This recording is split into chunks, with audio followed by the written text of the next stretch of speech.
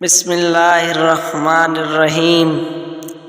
حضرت انس رضی اللہ تعالی عنہ بیان کرتے ہیں، رسول اللہ صلی اللہ علیہ وآلہ وسلم نے فرمایا، جب عورت 5 نمازیں پڑھے، ماہ رمضان کے روزے رکھے، اپنی شرمگاہ کی حفاظت کرے اور اپنے خاوند کی اطاعت کرے، تو پھر وہ جنت کے جس دروازے سے چاہے داخل ہو جائے۔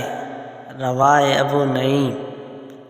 اس طرح کی ویڈیو دیکھنے کے لیے میرے چینل کو سبسکرائب کریں اور بیل آئیکن کو بھی دبا دیں تاکہ ہر آنے والی ویڈیو آپ تک بآسانی پہنچ سکے۔